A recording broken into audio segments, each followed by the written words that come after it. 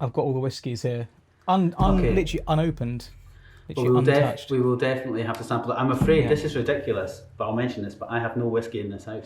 Oh my But I god! am drinking Yeah. gin, so Oh, I don't okay, know. fair I enough. don't know what that says. I don't know what that says about a So I might Scotsman. pour myself a little whiskey. If you've got You some should gin there do. already, I might just get myself. We should start it Exactly. recording. Yeah. We can get some ASMR gluggery. Let's start recording. I'm recording now. Okay. You're recording, okay? Yeah. I'm going to turn my microphone up for you. One sec, right? Some ASMR.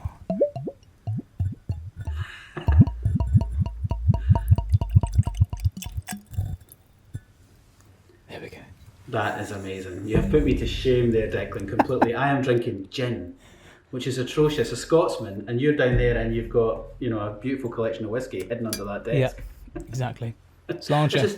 This is the perks of working from home. No one knows what you've got under the desk.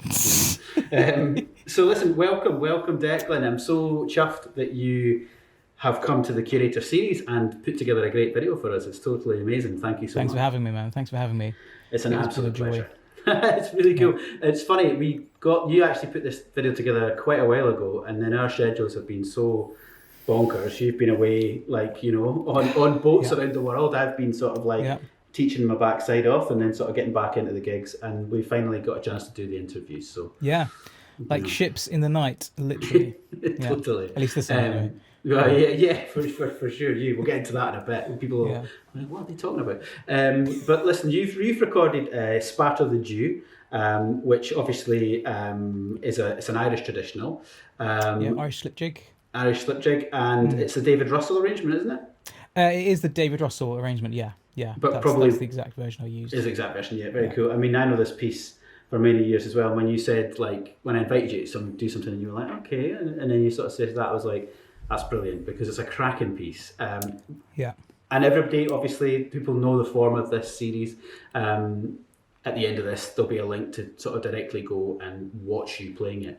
And it's interesting because it's in a solo version, which is what we all normally associate with the piece. But can you tell me why you chose that piece for the gallery and the other stuff you got going on? So first and foremost, I chose it because I just really enjoy playing it, and it speaks to kind of my background, because I'm from a predominantly Irish family. My mum was one of 11 in a good old Irish Catholic family now. We grew up surrounded by trad music and went to plenty of Cayleys growing up as well. It was good fun. I really love this David Russell arrangement, and I started learning it during COVID. I managed to get the book of arrangements. I can't remember what they're called now, actually. It's just Celtic Songs of the Celtic Sea music. Message from the Sea. Message from the Sea, that's what it's called. Yeah, so it's 11 or is it 13 Celtic arrangements, trad arrangements. They're all just blinders. Every single one of them is really great in its own right. They are. They're really clever as well, because they're almost like, these 19th century overtures that we get, people reimagining opera and stuff, like Giuliani doing it and Rossinianas and stuff. David's got these little classical elements in the arrangements where they're not. He's written them in, and he's changed the harmony a little bit in places, and they're really nice settings.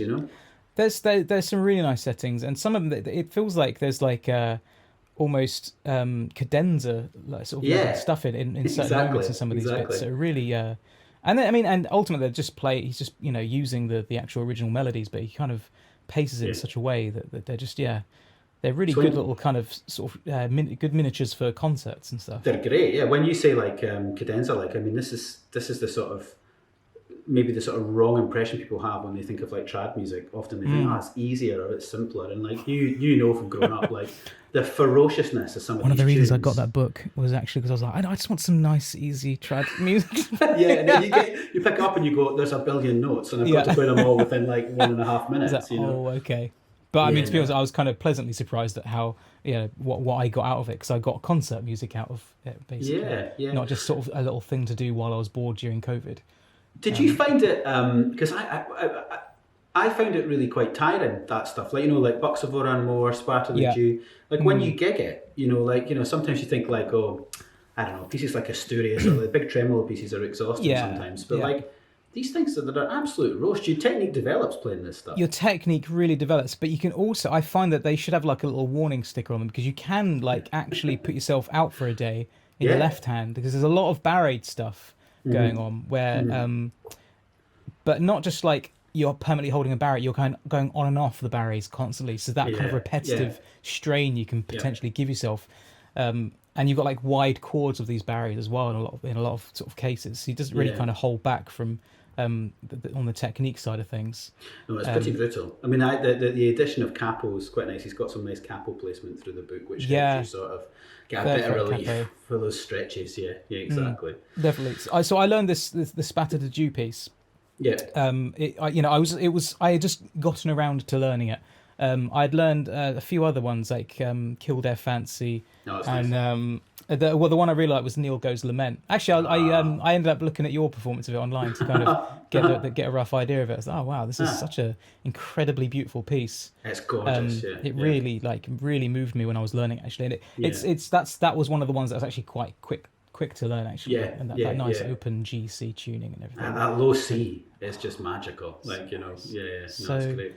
Nice. That's usually the gateway piece, I think, for people into that particular recording and that book. Yeah. So you were sort of delving into it in COVID. Yeah, exactly. It was it's like kind of my first thing that I started doing during COVID was, I feel like everyone kind of went back to their kind of comforts. Totally. Totally. Everyone started. I mean, the thing that baffles me is in like popular music that a cappella sea shanties became the most popular music in existence. In pop music during. So as soon as like music became about not being out, like being out and about, I don't know. It became a bit more kind of raw. I haven't quite worked out what that was, if I'm totally honest, actually. But it shows that timeless music, is a thing. Like it comes back and it comes in and out. Also, it's kind of community music, like it is to be sort of shared, actually, isn't it? Yeah, and passed on. And I think like because we had to rely so much on technology. I mean, you sort of think, I know no one wants to hear us talk about COVID. Everybody's talked about COVID till like cows come home. But like, if it is Spanish flu time or plague time, there is no internet, so it's like it is a real shutdown. At least we had the way of sharing all this stuff, we were very very fortunate in some ways. The technology. In a sorry situation. Yeah, otherwise. So anyway, So when I got onto Spatter the Dew, this is when by this point I was quite far into kind of my Twitter career, which I'd sort of been I had already just started getting into Twitch streaming. It was a mixture of like a bit of video game and I was always a little bit kind of apprehensive about exposing myself in this kind of live stream way as a musician. I always felt like that was kind of something I needed to be hidden away to practice, and then I'd emerge every so often in a concert to show what I am and what I do. So I felt very uncomfortable about the idea of exposing myself as a musician in a real-time way. But everyone who would ever come to my streams, I'd always have my guitars in the room with me whenever I was doing anything, and I'd always play something. They'd be like, I'd keep the guitar, I'd keep doing the guitar thing, and then more people would just start noticing my stream as I'm just there with my guitar. I'm like, okay, all right, it's time for me to kind of turn this into a music stream. Press the music button in the option when I go to do my live streams. Okay. And then I some of the sea shanty people. There's a group called the Longest Johns who are one of the main like exponents of these sea shanties that were going around in during COVID. They also do Twitch streaming, but they do like this game. They do gaming streams where they play a video game called oh god, I've forgotten what it's called. It's like you basically play pirates in the sea, but it's a big massive online multiplayer where there's thousands and I think millions actually of people playing this game as pirates going around the seas. These guys all play the same game together as a group in a room, but they sing sea shanties. Right. So it kind of brings it into this kind of crossover gaming world thing. So they're very popular, but then they started sending all their viewers to my channel because they were like, oh, a musician that we like. I got this kind of trickle down of all their viewers coming into my stream. So I got some kind of basic level of popularity on Twitch when I was getting into doing it as a musician, which I felt really fortunate. So I did that sort of fairly early on. Right, I say fairly on. It was literally right at the very beginning of lockdown. I was kind of having that moment of making this transition into music streaming, so that was about the time I started doing this book. I got my hands on this book by David Russell, and by the time I got through to Spatter the Dew, I already had like sort of a couple of thousand viewers. Yeah. And they were one day I was just sort of practicing getting this up and running, Spatter the Dew. Yeah. One of the people in the chat said, Declan, you should arrange some music for us to play, because you don't realise it yet, but you've got lots and lots of musicians in your stream. Lots of musicians are viewers. I was like, okay, so what have we got? Like, who's here and what instruments does everyone play? Give me a list of instruments to write for, and I can set us something up. I thought it would just be like, just a handful of instruments. It'd be a small little thing, just people harmonising what I was doing in some way or whatever. And then I got like an Excel spreadsheet of 25 different instruments. Oh my God. Okay. God. And I'd by that point I'd already said, yeah, let's do an arrangement. Let's do a community arrangement. This would be a great thing. And so I ended up with 25 instruments. So what ended up happening there was I basically I'd no, obviously, like everyone, there's no gigs, just a bit of teaching. All my pupils had moved online by that point, so they were kind of supporting me financially. So I the days were just literally spent just doing Twitch streams and just practicing and doing that kind of thing. Yeah. So I basically had 3 months exclusively doing this as a project. So the first month, and that was the thing, because I was practicing this piece, learning this piece at the moment. I was like, okay, well, I'm learning this piece, so maybe I should arrange around this piece so that people can learn their parts as I'm learning mine. And then it will come together at the end and it will kind of work out. That's very cool. So because I thought, as well, like Spatter the Dew, it's 2 chords. It's like the G minor. So even if you've got someone who could just kind of strum along or whatever, you can write lots of interesting parts around that. Yeah, it's G to F, isn't it? G minor F. Yeah. So I use that as a starting point for writing stuff around it. So for the first month, my live streams became today we're writing the kalimba solo. Today we're writing the harp solo. The 2 banjo parts and. Yeah, there's an electric guitar solo. Wrote that. That was fun. I wrote every single note and then got the musicians to get each person to kind of play the part. So I spent the first month going through all the different parts, getting them all done, and then the second month I sent everyone out their sheet music to learn, and then just to send me just when they got around to learning it to send me back their parts. It's the bass players, because there were 2 different bass players. They both sent me their bass parts back within a day. So I straight away had like this thing. So what I actually had from when I was actually arranging it, I had this, I had like a MIDI versions of all the different instruments. Yeah. So one by one, I was able to kind of replace each instrument with the real thing. With the real thing. So nice. For that second month, the streams became about editing like each new part that was getting sent through to me. Okay. So if I can, I'm just to cut in. It's just for people that are watching that maybe aren't so well versed in Twitch and sort of live streaming. And I know I feel like I'm giving a synopsis of what you've just said, but like in a way, like you're live every week, like what, 2 times or 3 times or something like that? Yeah, I mean, during COVID, it was 5 days a week. Like as a basic thing, So you're going live, and you're not only are you sharing your practice and sort of like chatting to people and just sort of like building that audience, but then of course with this piece, you're encouraging them to get involved, and you're not just watching your practice, but actually we're building something together there, and like you've just explained, you're sending that music out. So and you're doing this all on Twitch. I mean, for everybody watching, I will put links to not only the incredible arrangement that you put together with all these people playing live with this crazy what did we call it, mega ensemble? The mega ensemble. That was mega pint and mega ensemble. It's very in the zeitgeist right there. But the mega ensemble. I think I'll put links to that so people can hear. Not only like at the end they're going to hear you play Spatter the Dew solo for the channel, but they're also going to be able to go and watch. And listen to that performance with all those different instruments. So month 2, you're sort of like replacing the MIDI with the real tracks. Yeah. But was everybody good? I mean, I'm not sort of like I'm not meaning so bad, but like the people who took the solos. So the harpist, Windy Harper, her Twitch name, because everyone on there was basically either just a Twitch viewer or a Twitch viewer who happened to also be a Twitch streamer. Because that seems to be the thing. People who stream usually just are in different people's streams as well, just hanging out. It's like a whole kind of subculture on social media. Well, that was the interesting thing. I'm going to try to answer this question after I've done this complete tangent here. But what I found was when it came to moving to Twitch and actually becoming a streamer, you start from scratch, completely from with one viewer. It's just completely from scratch. You have put a reset button on your career.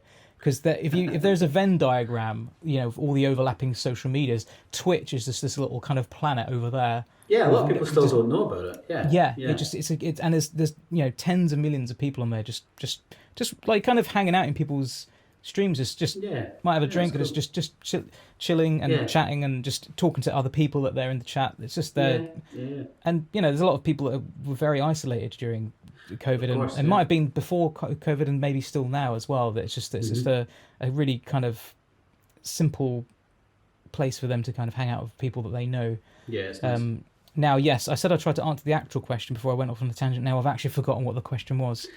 Are you so have I. Your tangent. Your tangent's just kind of like. Well, no, I was asking. I mean, it was kind of a rude question. I was like, was everybody good? But I was wondering, in that second month when you're replacing the MIDI and trying to put in the real audio files, did you have any issues? Was it like, this doesn't sync up? This is becoming a nightmare? Like, I mean, there were certain people that I knew everyone was going to be a huge. It was a real spectrum of ability. Yeah. So that's what I started saying. There were a few professional musicians in there. That played the solos. Player, so the person who took the harp solo, Windy Harper. Her name is Windy_Harper as a Twitch handle. That's her name. And then guitar shredder. Is this other guy? He's a classical guitarist called Nick Catronio. Oh yeah, he's a really great player. So let me turn that thing off. He's a really great player, a classical player, but guitar shredder. He's an electric guitarist as well. Yeah, so nice. I knew I'd be able to get him. So I wrote his guitar solo, but it's amazing. I wrote this very simple kind of shredding guitar solo thing on, like, I'm not an electric guitarist at all. And I was like, maybe I should just keep it on here and just do my own one myself, But when he played it on his guitar, it was the same notes, but it was just a different thing, a different world of sound when he played it. So I was like, I'm so glad I was able to get him on it, because it's sort of like almost like a climax moment of the whole thing, of the whole arrangement. Okay. And it's made such a huge difference having this really kind of raw electric guitar player sort of thrashing over it. But not in a crap way, really on it, really, I was so happy with what he sent me. So he was on one end of the spectrum in terms of ability, and the people on the other end who were just the amateur hobbyists that might have only been playing for a short while were still we're all very much, here's the stuff. I know it's not what you need. I've not even been able to do it all in one go. Here is bits of it. Here's a few bars. Nice. I'd made a point of saying, just as long as you just get me some basic things. For some people, I was just sampling certain notes and being able to edit it for it to flow. Because when it's all piled in together, you're not really hearing this perfect. You're not going to be able to really tune yourself into a perfect recording of anyone's part, really. Yeah. So you can just get away with editing like loads of people's parts together. One of the things that occurred to me when you sent me your performance for the gallery, so it's just a solo classical guitar performance, was it's so tight. The time, your sense of time is really like rock solid, and I know how fiendish that piece is. Yeah. And I pull that piece around a lot more than you do, and I was like, man, you're showing me up here. It's like you're totally nailing it. It's like, the funny thing is, I've played it so much with metronomically, because that whole piece is at 140 BPM. The whole project. I'm so used to hearing it metronomically. When I'm hearing myself play it as a solo piece, I'm like, oh god, I'm really rushing that. Oh, I can feel I'm so used to hearing it metronomic. It's bad. It's you need that kind of sense of rubato in all music, really. Of course, yeah. But no, it is amazing. It's like, I think people are going to be like sort of stunned by how awesome your technique is. That you're totally all over it, man. You're killing it. Which actually reminds me of when we met down in London for that session. Do you remember? Jay. Exactly. I was fanboying that day. My god, you were my favorite band. Yeah. But like, I turned up and I was like, I like Alt J, and I was sitting next to you and I was like, but I don't like Alt J. as much as this guy, and you were. I mean, like I was like, you've really practiced. You really have practiced for this. Like, I was such a loser. I was just following you. Oh, I couldn't believe I was there, man. I can't believe we still did it. I know. Actually, sometimes I'm like, pinching myself. Did that actually happen? Did that happen? You know? It was great because like no one in the room really knew Alt J or just were into Alt J, so everyone left, and I was just there at the end, and I just went and chatted to them afterwards. Yeah, because I was like, oh, okay, well, fair play. I've got more to myself. Even just Alt J, but like the church studios, I just love that venue, and I just so many good stuff, so many good albums have been done there, and you know, they have lots of these videos online that I've known for years about like just sharing the process and stuff like that. So I was just like. I was kind of like, I'm in this space. It's just a real kind of gear fest in there. There's nothing but analog gear, absolutely everywhere. It's walls so of analog good. Gear. I know. Yeah. Sorry, we tangented totally there for our mega. What was it? Mega pint, mega ensemble, mega name drop.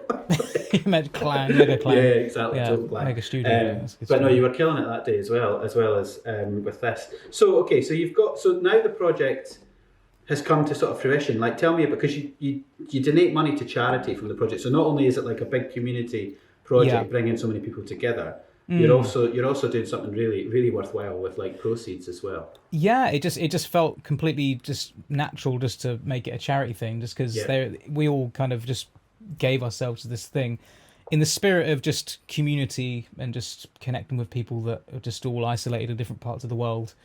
And when we dropped the video of it on this day 1 year ago. So when we dropped the video of it, back then things had been kicking off between Israel and Palestine. So I really like the charity Doctors Without Borders, because they're like an apolitical organisation. So they were on both sides of the conflict, providing medical care.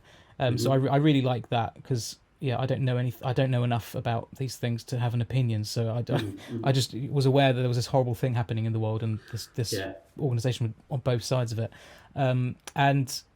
So that's who we raised money for. We raised, I think it was like $2,000 and something. It was it was better than nothing. Of course, it's a great amount of money. And but then so today we've actually, as like an anniversary of the day we dropped the video. We it's been immortalized digitally. It's now like formally released, so it's on like Spotify and Tidal and all the main Deezer, Geezer, Schleezer, whatever streaming platforms are out there. Old Geezer, that's what I feel like these days. So we're doing another charity push. The link is at the bottom of the screen, guys. Totally. I will push it. Chuck a link there. Great, thanks. Exactly. And we're raising money again because obviously the whole thing that's going on with Ukraine. Doctors Without Borders are there, as they always are. So we're again raising money for the same charity. No, that's fantastic. That's great. I mean, it's like, it seems like the whole association with the piece is kind of born out of like, okay, the pandemic happens, we're all locked down. You get in touch with some of this music that's like part of your roots. But then you also try this Twitch thing out, and of course the community spirit there, and then you're doing something amazing with the proceeds. So more power to you. It's so just worthwhile and great. Thanks, man.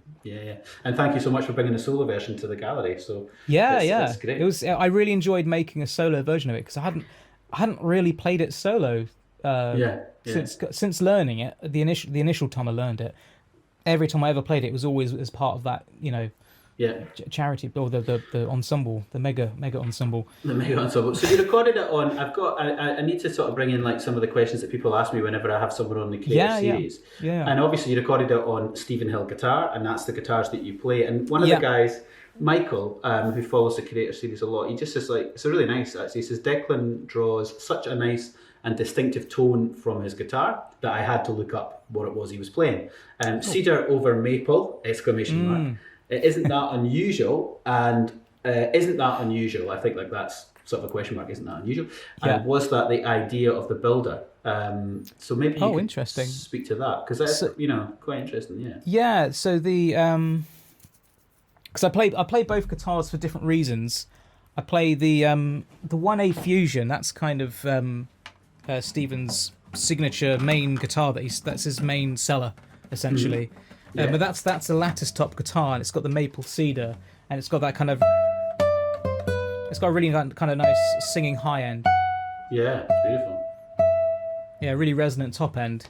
But it's got this. But it's really mellow. It's not too bright. It's actually got this kind of. Okay. I don't want to say stifled because that sounds like a negative word, but it's this kind of. Yeah. It's nice and it's got a spongy sound. I'm using really negative words to describe something I think of as positive here. It's really strange. Malleable. I can't find the word. Malleable. Yeah, it's just really, really smooth at the top. Yeah. And I think that comes from the maple, the maple cedar. I had a conversation with someone the other day who had the opinion that cedar top guitars sound harsher and brighter than spruce guitars. Okay. But I've always had it around the other way in my mind. I've always thought spruce is way harsher. Yeah, So I have it the other way too. I mean, I think that cedar can be at times a little bit raw sounding. Yeah. And definitely spruce over time can sort of get that sort of sparkle, but like with a roundness to it. But most of the time, spruce has got that really quick response, and it's I wouldn't associate it with mellow. I would. Yeah. More with mellow. That's it. Yeah. I mean, I grew up on spruce. That's the one I learned. So the 1A Fusion is a very it's a very loud instrument.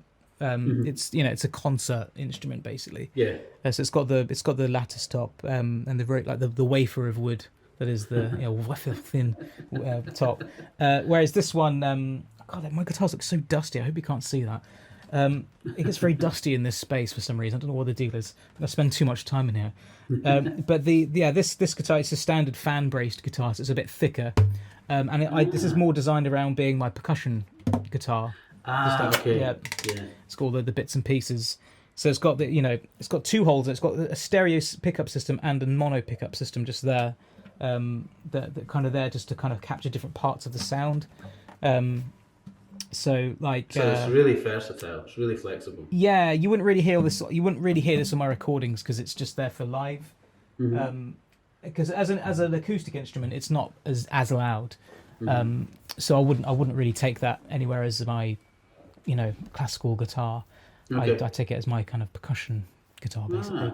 Interesting. But yeah, I mean it's brighter, but it's the volume has been turned down on it basically. Yeah. And how did you find out about Stephen? Like about Stephen Hill? How did you? Well, when I was learning guitar, I had the same guitar teacher for 10 years. His name was Lee Sollery.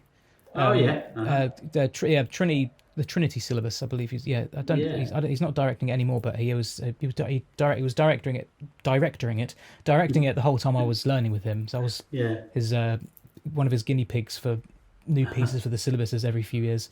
So when I was learning with him, Gary Ryan was always coming down and doing adjudicating for the Watford Guitar Festival. What was it? Watford Guitar Festival? I can't remember now.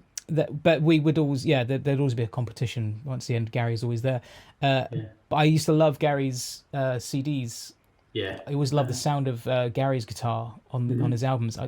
It just seemed this kind of otherworldly guitar sound. It didn't sound like a classical guitar to me. It just sounded like this thing that I just loved. Not sure what it was. And so having known that it was a Stephen Hill guitar from fairly early on, my desire was always to have a guitar with that sound. Nice. And when I eventually got to do my masters at RCM with Gary, that was when I was like, right, time to get an actual Stephen Hill 1A. Did the what was it? He was able to take like a €500 deposit and then let students like pay off €100 a month for however many years, or like 3 years or something, to pay the rest off. Yeah.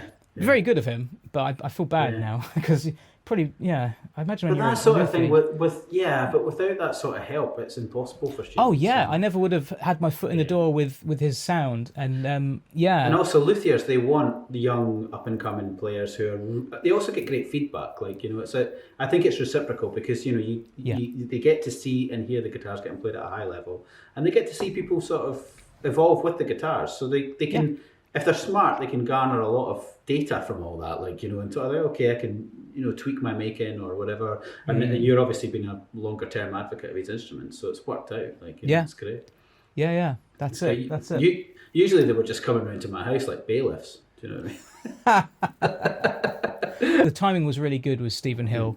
When I got my guitar off him, when I bought my first Stephen Hill guitar, the guitar I was on at the time was a Paulino Bernabé.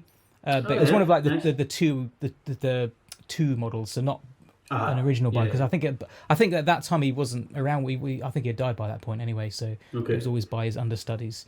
So it was like a relatively cheap guitar as concert guitars go. So I used to do all my music on that. I used to do my percussion guitar and then all my concert stuff.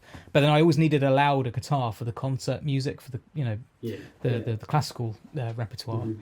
Just wasn't good. It just didn't cut it for that stuff. So when I got that. When I got my 1A from Stephen, I continued doing all my percussion stuff on my old Paulino Bernardi guitar. Okay. And but eventually, at one point, I managed to. I think I was doing my percussion stuff, but I think I had like some cuff on, and it just went. I just done a kick drum sound, and I just done this giant long split all the way along the top. I was like, God, how awful! And it was insured, so the insurance I got an insurance payout for just punching a hole in my guitar, basically. I mean, I still feel really guilty about it. I feel like I've sort of cheated some company out of a couple of grand's worth of guitar. So yeah, I mean, I still have the guitar as well. I gave it to a pupil that needed it more than me. So yeah, I got this payout, and I basically just sent a message to Stephen and said, Stephen, have you, I needed like a percussion guitar. Have you got like a guitar that you could build for £2,000 that could I could accommodate? Yeah. And he said, well, you're in luck. I've got this prototype called a fusion guitar that I can't sell, and I'll take whatever you've got for it. So yeah, I've got this check that I have to spend on a guitar to replace the one I've just punched a hole in. He said, yeah. So he sent me through this prototype of this. He calls it his fusion guitar. Yeah. It's just got the scoop, and it's got the sort of the internal gubbins for. It's like a flamenco guitar. It's got sort of flamenco pickup systems in it, but also some that's designed for a bit of a bassier style of percussion. Wow. Not that kind of gestural percussion that you associate with flamenco. The Nick Benjamin scoop, that is that little scoop there. That's the Nick Benjamin scoop, who made the guitar for Eric Roach, my guitar hero Eric Roach, made the guitar for Newton Faulkner. So these kind of sturdy fingerstyle percussion guitars. Yeah, they can take a bit of damage, basically. Yeah. Exactly, they can take a thrashing. Yeah. So his fusion guitar design was kind of half Nick Benjamin's kind of influence, and his own flamenco guitar designs. I mean, I don't know if Gary Southwell follows the same thing, but you can see with some of his stuff, he's got this kind of he's got the cutaway done and almost like a kind of a scoop as well. Who did you say? Sorry, is it Gary Southwell? I think it is. Gary Southwell, I know that name. Do you know that name? He's got. I mean, often they look similar to that fusion sort of style. Yeah. He's in the north of England somewhere, I think, or even in the borders. Yeah. So the luthier Gary Southwell. I think I did see. Because you see the scoop from a mile away, and once you've got one with a scoop, like, oh my God, someone's done the scoop. Yeah. I think it was the first luthier I'd seen that wasn't Nick Benjamin or Stephen Hill doing the scoop. Yeah. I mean, I might be wrong, but I seem to remember that sort of style. I mean, it's really helpful. It's not quite a cutaway. So it's like between a cutaway and just enough to get your hand in. It doesn't sacrifice much of the actual guitar, because your bass end is determined by how much air volume is physically inside the guitar, isn't it? So the less air that's in there, the less. It's a bass. It's a subwoofer. So if you chop away a big bit of the upper bout, then you're sort of losing a lot of that air. Losing lots of your bass end. But just when you do it as a cutaway, and you actually physically take the guitar away. It's also, I mean, cutaways I find so disorientating as well, because you need to feel yourself hitting that 12th fret. Exactly. But when you've got the scoop, you still get that impact. Well, I say impact, but that sense that it's there. But then you get this really easy access to the up to fret 15 without really having to feel like you're having to move around or anything. So very interesting. Really nice. Really nice. I think Stephanie Jones as well. She has something like that. She's a great player, and I think she's got some sort of hybrid kind of design as well on one of her guitars, which definitely helps. I mean, there's so much crossover going on now, and healthy crossover, which is so it's interesting that these instruments now have a sort of second. They're not just like kind of gimmicky or like, okay, here's a weird looking guitar. It's like the purpose of them is so clear now. It's more an evolution, isn't it? Not like a rejection of tradition or anything like that, because the traditions are really, scientifically sound. The logic behind like the logic behind I forgot what it's called now. The waffle of wood, the lattice, and the logic of the the fan bracing and stuff. It creates and this Torres sort of proportion and everything. It's really there. But I think it's nice to see it, and I think I mean I'm sure people will go and watch a lot of your other videos after this and sort of check out the percussive stuff too, because it's when you see you do it, you know why you need another guitar. Yes. It's like, because I mean I just sort of watch it and kind of go, well, yes, that's all very well and good, but I'll not be doing that to my guitar. Thanks very much. I'm trying to get my head around writing some more percussion guitar music at the moment, because I had like a few years where I just was always writing percussion guitar music, and then I just stopped, and I've not been able to write any more since. That was about 2015, so it's been like about 8 years since I've actually written any solo percussion guitar music. I've like done commissions of for ensembles and things, but I've not done any solo guitar music in a long time. So I kind of feel like I'm getting to a point now where I want to kind of get my head back into that creative output again. But maybe that's the next thing. The next thing to sort of the next project. It's like I remember another one of your sort of, I guess, inspirations or sort of guitar heroes, Dyens, Roland. Playing up in Scotland at the guitar retreat, and he was doing a masterclass, and there was a young guitar player from England, Oliver Chandler, Ollie. Oh, Ollie, yeah, was playing the Libra Sonatina, and he was playing the Foco, the last movement. Yeah, and it got to the bit where like Dyens introduces all that percussion at the end, and it's like amazing. It's great, and it's probably one of the earlier pieces that the classical guitarist saw that sort of technique being really sort of like developed and demonstrated. But Ollie had written a sort of like second cadenza. Oh wow! And he was, I don't know what age he would have been like. He must have been like 15 or something. He was really young. Yeah. And he just he had the balls to just be like, I'm going to do this. And I was like, you should totally do it, because Dyens is in a good mood. He's loving it here. He's talking to the ghosts in the cathedral at night and stuff. I've went one way or the other now. I'm dying to find out which way this went. It went amazing. Oh, did it go? Oh, brilliant! Exactly. Brilliant. Because people had their heart in their mouth, because I was like, changing his music and sort of like, But this is the thing about Dyens was, it was so not naive. That's the wrong word. It was just so sincere. Like Ollie had just gone, I love this thing, but there wasn't enough of it, so I've written this extra keep going. bit. And Dyens was just like, and then he was like, well, maybe you could try this, and then he was developing Ollie's ideas, and it was so sweet, to watch it, and it was just I love Ollie's playing as well, because he came to my flat I've been living in this flat that I'm in now for like 11 years. Years ago, he came and recorded loads of stuff here. So I love his playing. I'd love to hear that actually. I wonder if he still does it, because I know he's more of an academic these days rather than the player. Yeah, he's a little bit more sort of into the sort of world of academia, but I'm sure he's still playing and. He had a lot of ability when he was very young, and a huge amount of talent. He was a great guy to sort of. He came up a lot. He came up every year for quite a long time, and he was. When you see someone develop like that, it's really nice. It's And but my heart was in my mouth, because I was like, Dyens could love this, or he could hate this. Like it's like, God. But he was in the love. I was an envoy for him once. He got commissioned to write a piece for the Brazil guitar duo. Yeah. And it was getting premiered at the University of Surrey, which is where I did my undergrad. Steve, with Steve Goss, Yeah. And I was long gone by this point. I think I'd been graduated for a couple of years by this point. Yeah. But they managed to get Dyens to actually come and see the premiere of the piece that got commissioned. But he wanted people to meet him at St Pancras Station and take him to Surrey. He didn't want to have to figure it out for himself. So I was employed as the envoy to go and take him to Surrey. But one of his old pupils, Thomas Viloteau, was there.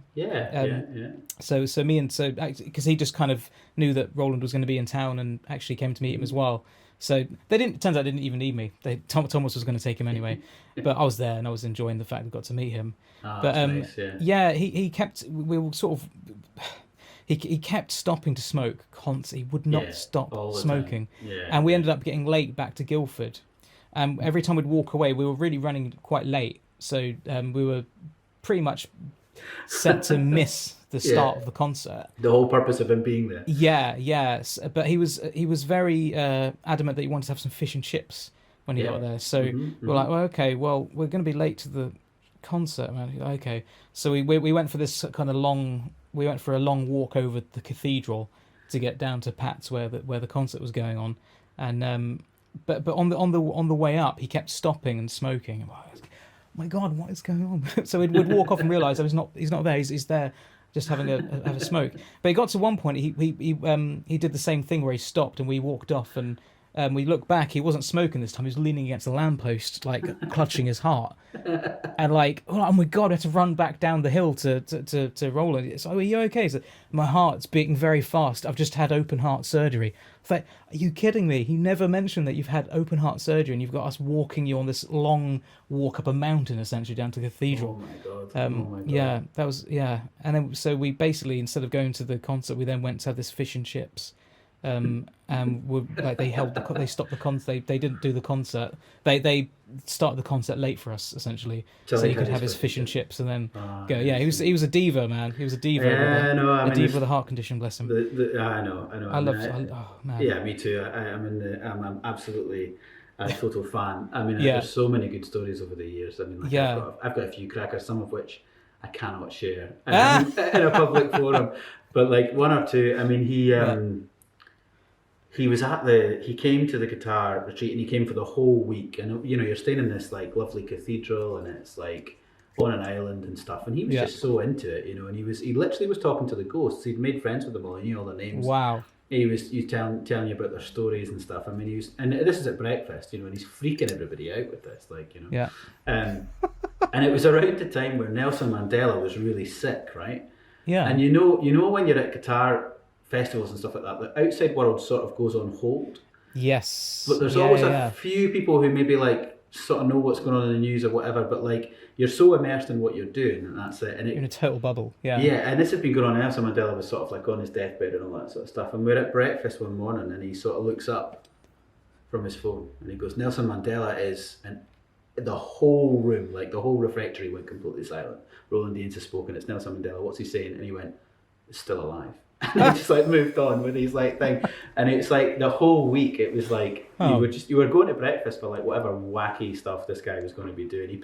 I remember he put something on his face deliberately, like a bit of a strawberry, you know, the little green part of the strawberry, you know, the stalk, the little kind of he put it above his lip, and I saw him do it. He licked it and he put it on, and then he like looked at the person opposite him until they said, "You've got a little something on his face," and he went, "Yes, I know."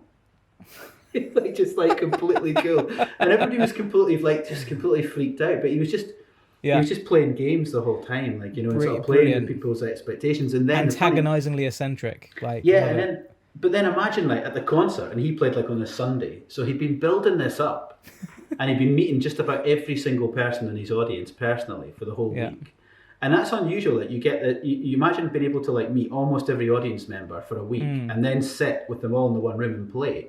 So the gig was incredible because I think he'd been just building up knowledge and expectation and almost like the way he was going to play and the way he was going to phrase and what he was going to do with the music. Yeah. He'd exposed people to it in his personality. So everybody was totally on board. The gig was incredible. You know, he had people in the palm of his hand, you know. That sounds like a gig to, It was one of the best gigs I've sounds seen, like an amazing gig. It was because you know what it was like with Roland as well. It could be like sublime or it could be bizarre, you know. So it was in the sublime category for sure. He was big into improvisation, wasn't he? Yeah, really. I love the fact on all his scores, like when it's like I play a piece of his called Songe Capricorn, and at the beginning, right at the top, it says in an improvisatory way, and then proceeds to completely cake the music in all the very specific nuances and details of how he wants it must be played. Yeah, and if but in an improvised way. Yeah, I mean, like don't not do it, but do it, but don't do it. You know, it's like remember that one, like don't go out, go to work, don't go to work, but go to work. But, oh my god, yeah, oh god, way to bring it back, man. Sorry, everything comes back to COVID. Everything comes back to COVID and the Conservative Party, right? Yeah, that's what happens in my world. Like, but for how long? Yeah, well, hopefully not too much longer. There you go. That's my political allegiance. It's like not that anyone, not that anyone sort of suspects. I pledge allegiance to anyone that's not the Tories, basically at this stage. Yeah, exactly. Right now, yeah. So listen, let's bring it back. Another thing I wanted to talk to you about was guitar techniques, because you've recently taken up that, well, I mean, it's not that recent now, I guess you've been doing it for a while, but you've taken up the position there, you know, obviously writing and contributing to the magazine. Yeah. And that's massive. That's fantastic. I mean, congratulations, firstly, on what an amazing... Thank you very much. Cheers. Long time. But how's it going? And I mean, and for people watching, go buy the magazine and get Declan's insights, and you're recording videos every edition and stuff. Yeah. Come on, tell us about it. Yeah, so I've taken over from Bridget Myrmekides, who had been there, the classical guitar contributor at Guitar Techniques magazine. So she'd been there for 15 years, doing a monthly arrangement for 15 years. So she did a lot of arrangements. She's got like 4 volumes of arrangements that she's subsequently published as a result of all these arrangements she was doing for 15 years. So the role involves once a month arranging a piece of classical out of copyright music, making some like a suite of exercises to kind of tie into it all, and then writing an article about it and making a performance video of all the stuff that you've arranged and written. So there's a lot to it. There's a lot to it each month. But thankfully, I've kind of got this nice setup for. I've got my Sibelius there. I've got my door there. I've got my video camera there, and I can take that out into the room when I need it for other stuff. So I've had this sort of setup lying in wait to be asked to do this role, to take on this role. So you know, I mean, I've got this ease of setup, but it still feels like it's always to the nose. What's the word? To the knuckle every month. Right to the wire every month. In terms of deadlines and things. So so I'm currently taking a month off. Actually, Bridget is going to do the next one. Oh, a guest. She's back. Yeah, exactly. So she's back as a guest. It's nice. But isn't it great to, like, you know, obviously have a classical element to that magazine, which is obviously normal. Well, I mean, obviously it's associated with all other types of guitar. You know, like, you know. So we've got a sort of foot in the door, so to speak. Absolutely. And I've kind of got my I've got my kind of folk background that I kind of like to kind of squeeze in wherever I can. I mean, I did a different I did my own arrangement. One of my first arrangements that I did was my own arrangement of I went to say Spatter the Dew there. No, the other one, the Neil Gow's Lament. Neil Gow's Lament. Sorry, I've been saying Go for ages. Do you know why I say Neil Gow? Because I watched your video and misinterpreted your Scottish accent. Because it sounds when you say Gow, you say it like go. I was like, right, is it go or is it Gow? And then you say go, even though what you were actually saying was Gow. So ever since then, I've been saying Neil Gow. Neil Gow. Go. Yeah, it's kind of like, I can hear it. Go. Yeah. So I hear that as go. So I was like, right, the Scot says it's Gow. It says it's go, so I'm going to say go. I wouldn't trust a Scots pronunciation of anything, really, to be honest. You know? I hear myself back and I think, okay. I can't understand it. But the nice thing with this is it forces me into arranging music in a way that hasn't been done before. Like so even like just this month, I'm in the middle of doing Vice, nice. Fantasy number 9 in C minor. There is not a single performance of it on the lute or on guitar actually in C minor. Everything's in B minor. The lute plays it in B minor. I didn't quite understand it, and then everyone else is doing the drop D. If it's a D minor, E minor. But yeah, I mean, I can understand it's quite fiddly to do it actually in C minor. It's not an ideal. Yeah. But the actual the fugue section of it is actually quite nice when you keep it in C minor. Yeah. So I've actually decided just to have it. I'm just doing fugue from from the suite. So having it as its own separate bit, a fugue in C minor by Vice from Fantasy number 9, and it works really nice as a little standalone little fugue. Yeah. But that's what's great about that magazine. I mean, I used to get that magazine, and I used to think that the way of, because when you don't know you're necessarily going to be a classical player, I am always interested in all types of guitar. Yeah. And this is the thing, you're bringing new people to the classical guitar because they're probably going, oh, okay, I could try this, I could play this. Do you provide a tab with it as well, so that the players, because a lot of players. That's sort of their USP with it as well, is that you get this tab that's been written by a classical guitarist. That's kind of been scrutinized, by a person whose job it is to scrutinize it, rather than just sort of finding a random tab off the internet somewhere. Exactly, yeah.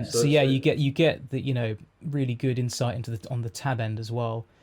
So if you're not a music reader, you've got access to classical music. I think it must be really good for acoustic guitar players, steel string players that want to get into it a little bit, or want to even use let's say some of the compositional differences that you might find in the classical repertoire over the stuff that they're playing. Yeah. We want to build that into their own composition. Having that absolutely. sort of bit in guitar techniques is really useful, because it's like, I'm not saying that a lot of like steel string music and stuff like that is not maybe that advanced harmonically, but if you do have a piece by Weiss there or a piece by Bach, you're going to get a lot of chromaticism, you're going to get even quite a lot of like quick modulation that maybe doesn't appear in the sort of like, let's say, more dadgad world, or even like the more like you mentioned it, like Eric Roach, who's an incredible player, or like some of these like some of these kind of almost crossover players that use classical stuff as well. It's nice to have that represented, because it's another world, Yeah, you are what you've played, so to speak, isn't it? What you've encountered under your fingers. But like Dyens, you would say his biggest influence was Villa-Lobos. Because he'd played all his music, and you wouldn't think that immediately, but then you look at some of the finger patterns and some of the rhythms that are sort of there. You get this kind of you get that you can hear it sometimes. Well, there's Afro rhythms as well, sort of like appearing through all of these it's like rumbas and it's great, isn't it? Really great. I think it's important. I like the idea of it like broadening everybody's mind, and also like, because it's a techniques magazine, obviously, it's always been billed as guitar techniques magazine. It's also the compositional technique that's interesting there, because I think that's the thing that maybe makes the classical music stand out the most. When people will get fixated on like, oh, it's not the pick, or it's not finger picking in our style, it's like, okay, it's a more classical right hand and stuff like that. But actually, like compositionally, very quickly, if you've got a fugue by Weiss, you're going to be going into territory harmonically that a lot of the other repertoire in the book will not be doing. So it's quite interesting, it's like, and it'll be something that someone might necessarily not have enjoyed listening to when they first heard, but once they've played it and they appreciate this kind of this focus internally that you've got when you're listening to two separate lines of music, you're forced into doing it because you're actually playing it. Exactly. It just becomes this different pursuit for the player. Not to say I'm writing music for the players, obviously music's for everyone, but sometimes music is especially like a guitar techniques magazine, which is for guitarists, it is for the guitarists. So it does give you that opportunity to actually really get underneath the bonnet on the theoretical side of what it is you're doing. No, it's so fantastic. It's great. It's really great. It's great that you're representing us all in that world. It's good. It's good. Trek. Excellent. Totally. So listen, a couple of other things I wanted to just sort of like chat to you about, or get your thoughts on, is that when people, I sort of, when I told like a lot of the subscribers and sort of stuff, like they subscribe to the Gallery Guitar, and then like patrons and stuff, that was interviewing you.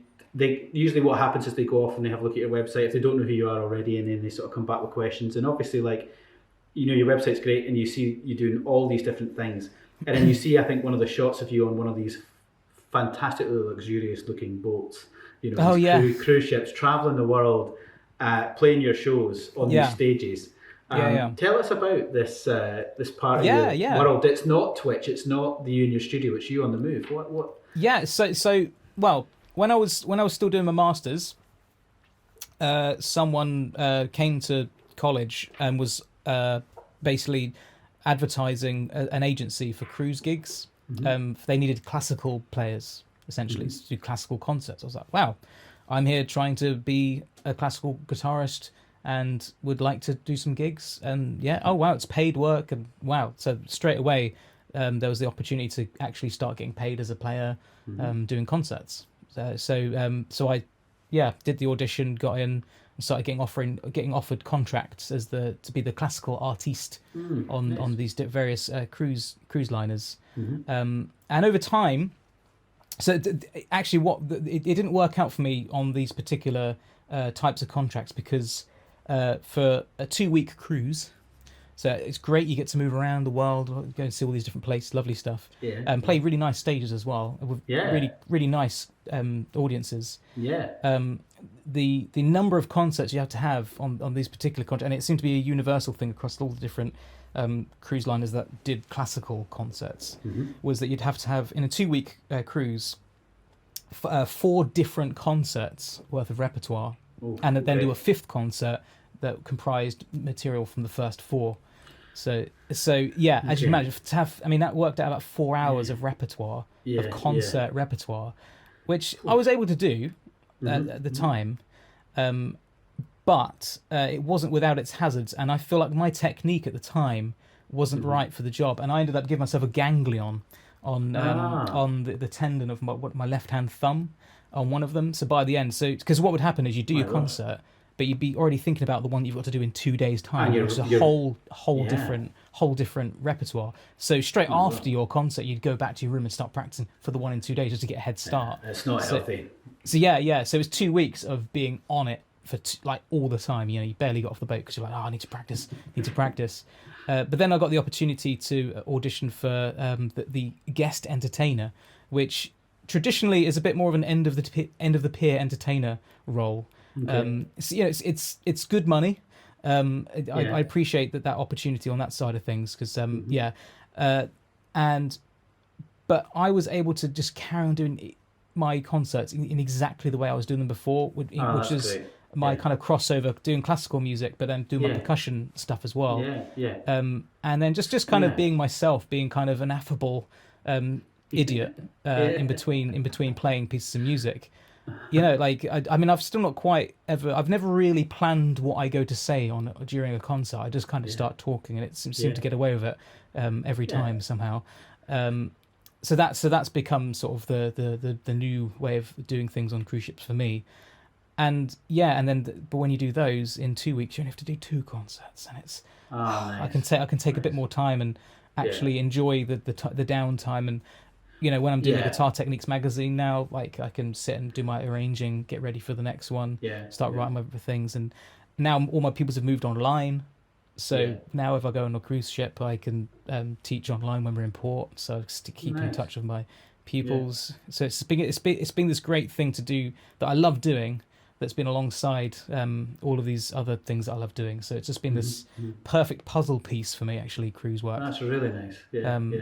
I've not had to change what I do in order to do it. Yeah, exactly. Because it's your own show, in a sense. It gives you that creative control and it gives you that freedom. And like you say, you're not having to like sort of... And people are obviously then more engaged with you as an artist because you're not just like you said, regurgitating 4 hours of repertoire to fulfill that contract. You're actually there. I mean, it's like, you know, you think about these people that have these residencies in Vegas, and you know, it's like, would Adele do it or wouldn't Adele do it? And it was like somehow that was a news story. But like, you know, it's kind of like, okay, they're there and they're doing their thing, and it's of course, like there's a commercial aspect to it. I call it the services economy aspect to it. Yeah, it is a services economy. There's all these people that are just there to have the entertainment there at the end of the night. You better be good. What have you got for us? You know, that kind of thing. There is a services economy aspect to it, but I honestly just wouldn't be there if I wasn't doing it the way I wanted to do it. I just wouldn't bother. But I've gotten away with doing it the way I want to do it, and so I'm still there somehow. So, absolutely. No, but like you say, it affords you all this other time to prepare for your other things and practice and sort of get ready, and you know, and also like you're engaging with an audience that could become followers and fans. I mean, it's like, you know, it's an ever-changing sort of world, these things. It's like, it's important, you know.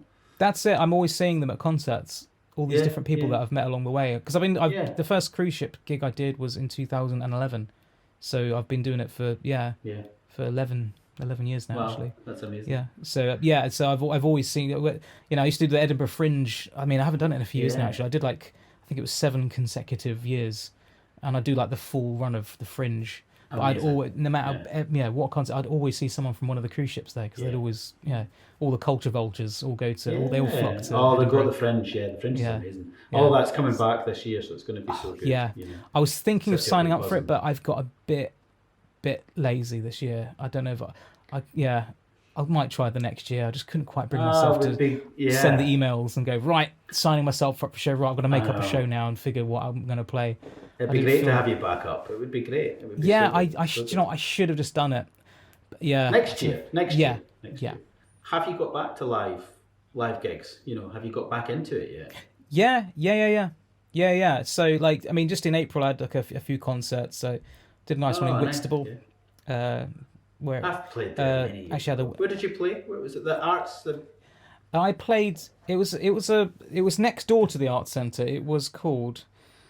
It was called a community centre actually, but it was this beautiful building, like this kind of Tudor cottagey looking building thing, which had a really really nice like acoustic space inside. I forgot the Umbrella Cool, Community yeah. Centre, I think it was called. So, I mean, it's a small Yeah, place, Whitstable, yeah. so it's literally just along from the arts centre there. Made a weekend of that and Lovely. enjoyed some oysters. God, yeah, I did a Watford gig, and then there's been another gig that I did. Where was that again? I've lost track of the gigs that I've been doing. But yeah, I've not gotten back into many because I've not been doing that hustling. I've not been sending emails. I've become. That's what COVID's done to me. It's made me very bad at replying to emails, and actually instigating emails to. But maybe that's at part that as of well. it as well. So That I'm still you end up back doing the to- stuff that you want to do, and you end up sort of like, because the hustle's crazy. I mean, it's there for everybody at any level. Yeah. I mean, I'm telling the students Yeah. this all the time because I think some of them think that like the phone should just ring and everything should just get done. And I'm saying, the very best players in the world are still hustling. Like, you might think that they have these careers where they don't have any worry about gigs and stuff. They're putting themselves out there all the time. You know, the hustle is real. It never stops. But maybe after COVID, sorry. Yeah, because I've been finding all these things that are quite I've sort of settled into during COVID. I think that might. Well, I mean, the cruise gigs. I've done about 6 of those since getting back to things as well. So yeah, I feel a bit guilty with the cruise gigs though, because it takes you away from the on land stuff and doesn't create the prospect of the on land ones. So that is my main worry coming back out of COVID is. It's turned me into a lazy. But even like the Whitstable gig, that needs to get back on the emails. And the Watford gig, did you detect a sort of enthusiasm for it from the audience? Like, you know. Oh yeah. More like than normal. I mean, when I did the Watford one, there was like all these guys that just come. This is like the best thing they've ever been to in their life, and they were like in their 50s. You know, the literally this raw enthusiasm. That's something really I had noticed. Like people were, and you know how it is when you spend too much time indoors and. You might just jump in the car to pop around the shops, and you find yourself, God, I kind of just fancy driving around for a bit. You're just outside and just enjoying, just seeing things. It's strange. But, you can just in terms of like the reinvention though of it all, and like the hustle. I think like there is an opportunity to reinvent now. There's an opportunity to sort of like get back into the live gigs in a way that like not that they had become tired, but like there is a reborn enthusiasm from the audiences, so there's something to tap into there, like, you know. Yeah, I think there's going to be more people. There's going to be new kind of concert series at different venues, I reckon, and probably with a newer generation of people doing it as well. I feel like I know so many people. Francisco, what's his surname? Francisco. He's based in Bristol. He's a great classical guitarist. His surname has just gone out of my head. Why is that? He's working with Steve. Hang on a minute. Oh, it's Francisco Correa. He's excellent. Incredible player. Sorry, his surname just went out of my head there. I'm really bad with names. Of that bit of the bit of your brain that's designed for names is genetically not there for me. My whole family are really bad at names. Apparently, it's a genetic thing. Can't remember people's names. I'm Matthew. But yeah, I mean, he's before. You're called Matthew. Declan. Right, great. What is that? Sorry, one more time. He started a guitar festival during COVID. You know, and he's one of the younger guys, and you know, Jiva Houston. He was running a guitar festival. There's all these young guitarists, younger guys, all setting up these these big gigs. And the fact it's been happening during COVID as well is incredible. It just shows how much brawn and how much ambition there is to kind of. If that was ever like an obvious sort of sign that someone's got what it takes, it's that. It's like when everything seems to be falling apart, and even institutions, like, you know, and places that you think they're never not going to be there. They're actually looking at like, is this going to work? Are we going to be able to keep the doors open and the lights on and stuff like that? And you're thinking, okay. And you see some young people sort of thinking, I'm going to go for this. And you think, oh my God, this would be the time when no one would give you any criticism if you said, look, not for me, I'm going to go and work in a bank. Or I'm going to go and work in a baker's, or I'm going to drive a bus. It's like, no one would be like, yeah, that sounds like a pretty good idea. That sounds like a solid plan. Yeah, nothing to lose. Nothing to lose and you see when you're starting out. A festival, or like, you know, really putting something together. I mean, maybe there is that. There's nothing to lose, so I'm going to do what I want to do. You know, that's also part of it. Yeah, just throwing themselves at it. See, I feel really like optimistic coming out of COVID with the state of affairs. I think there's been a bit of a reset button pushed on expectations of fair pay and all that kind of stuff with regard to doing concerts and things.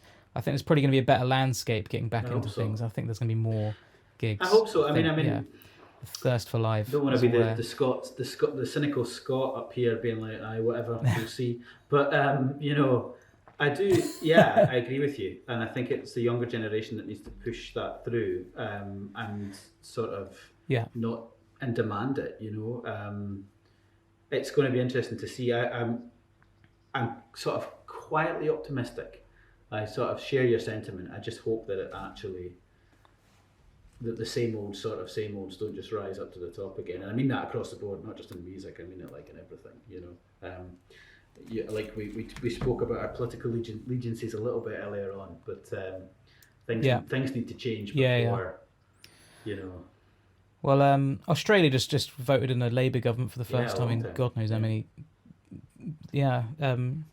So I mean, I'll take anything. It's all good. Well, listen. On that note, because we can continue the political analysis maybe off camera, but listen, man, it's been so good just to catch up with you and hear everything that's going on. I really need to thank you again so much for a cracking performance for the gallery. Thank you for asking me to take part in it. I really do love the channel. And you're amongst good company up there in the Curator series now. It's just a fantastic series and some great performances, and yours is like absolutely up there. So everybody that's watching, go and check out Declan's performance of Spatter the Dew, his solo performance. It's coming up right after this, and I'm going to put links to all of his projects, his Twitch stream, so you can see him every week from his studio there, and also to his Médecins Sans Frontières, his Doctors Without Borders charity single that we, every time someone streams it or plays it, those proceeds are going to people that do great work. So please just sit back and enjoy Spatter the Dew, and Declan, thanks once again.